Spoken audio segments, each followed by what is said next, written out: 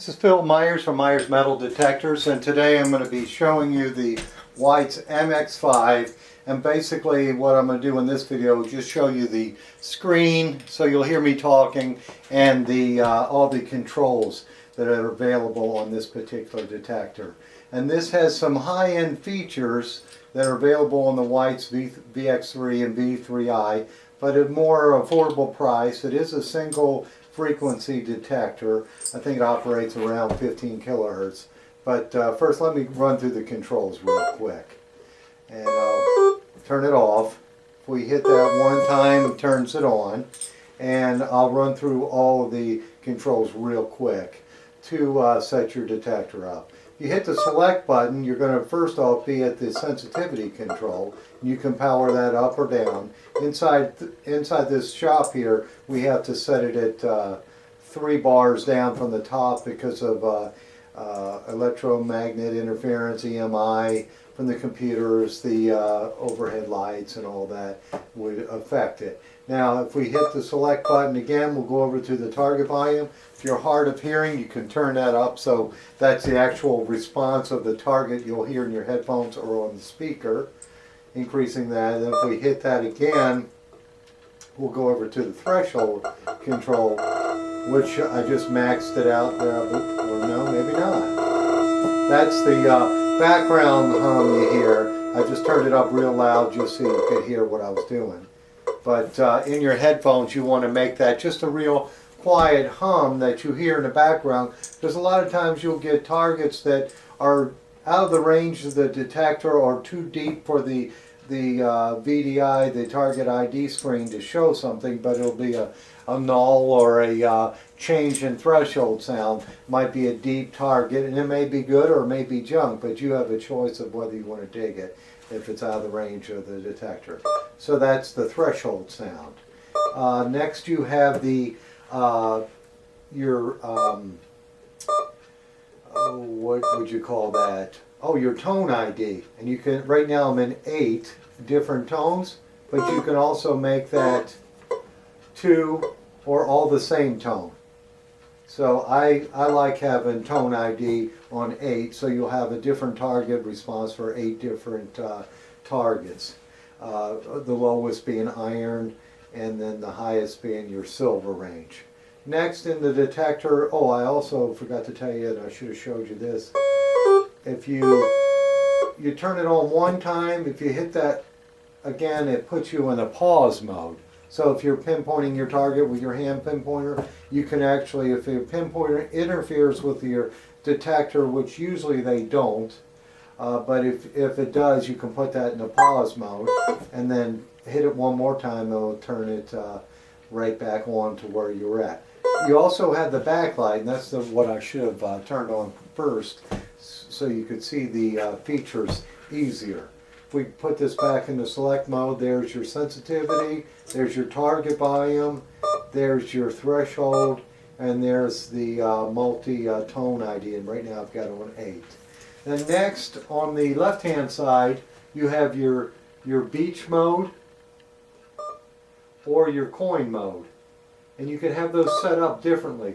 Now the beach mode is set up for wet salt sand so that you can ground balance the salt out and still get exceptional depth on wet sand and shallow water. Now the coil on this detector, as well as the rest of Whites metal detectors, are waterproof, so you don't have to worry about the coil getting wet.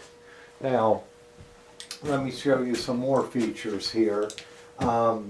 Your pinpoint mode, which is accessed by hitting the pinpoint button. You can hit it once and it will stay in the pinpoint, and it's a VCO pinpoint. It's also giving you a number there for the depth of the target also. So that's a cool feature on that. Now let me put it back into the, looks like I'm in the beach mode, and I'm going to show you a few targets and actually show you how they respond. Now this one here is silver dollar size. It's also worth $5. It's a token. if you come in the shop here, ask me for one, and we'll give it to you for purchasing any Whites metal detector. Now this target, I'm out a good 11¼ inches air test, and it reads 87, I believe it is. And you get used to those target ID numbers when you're digging. You pretty much know what it is. Like this is 1/4, and it's a number 83. So you'll hit those quarters, and this is air testing with 3 bars short of the full, 3 steps down, and that's air testing at about 10 inches on this quarter, 9 to 10 inches. I'll get more depth if I increase the sensitivity, but inside this building here we couldn't do that. It'd be too chattery, and it would probably drive me nuts. Next, I'm going to show you this is a 1840s infantry eye button. It's brass with a silver, I guess a silver plating on it, but I dug this in Tampa.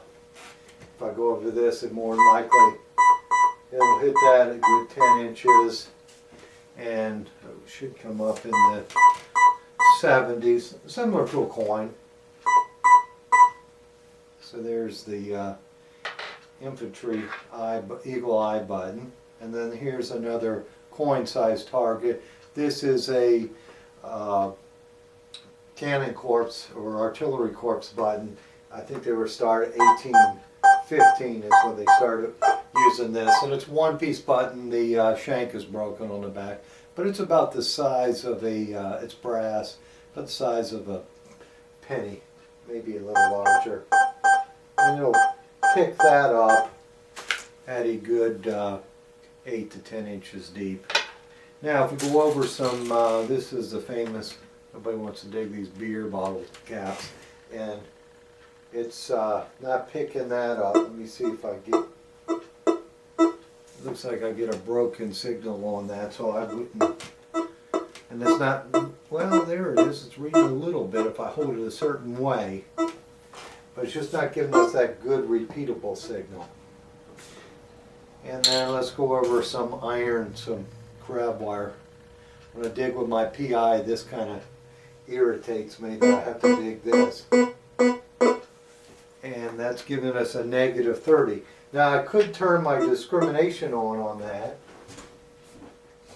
Right now we're showing just about everything, but how you would discriminate that is you hit your discrimination button, and then you scroll to the right and hit discriminate, and you see it's blocking those out. That's basically the only thing I want to discriminate. I want to see everything else in the ground, but I pretty much don't want to dig this iron, and there's giving me a good broken signal, and it doesn't appear to be reading on there. Yeah, it's not giving me a target ID number, whereas your quarter will light up with a high pitch. And then let's go over my 10-carat ring. I dug this up last year. If I go over that, hear that nice medium tone. That's the tone I'm listening for when I'm at the beach. Is that nice medium tone, good repeatable signal. Of course, a musket ball will probably read a little higher. But this is a good detector for the money. It has some high-end features. That backlight is not available in any other detector. It is in the Coinmaster GT, but it doesn't have all the same features. The VCO pinpointing is very nice too. It aids in getting that target right dead center of the coil. And with this particular detector, you can use the Sunray DX1 probe on it, as well as all the white coils for the higher end detectors. And I'll just show you a couple of them, like the Eclipse 6x10 double D. or the one I use a lot on my V3i is the 5.3 Eclipse coil, because it narrows your search. And the good thing about this detector, if you were to get this one and you had a higher end one, you want to let your buddy use one of them, you could put a smaller coil. The same coils from the higher end Whites line will fit this particular detector. The same thing too, if you decide to get another more expensive model later, all your coils will work on it. And that's basically the MX5. White's list price is $599.95, and of course come on in the shop, we got a real good deal on them now with some accessories also. If you have any questions, you can email me, philip@myersdepot.com, or you can call me 813-237-1939. Thank you.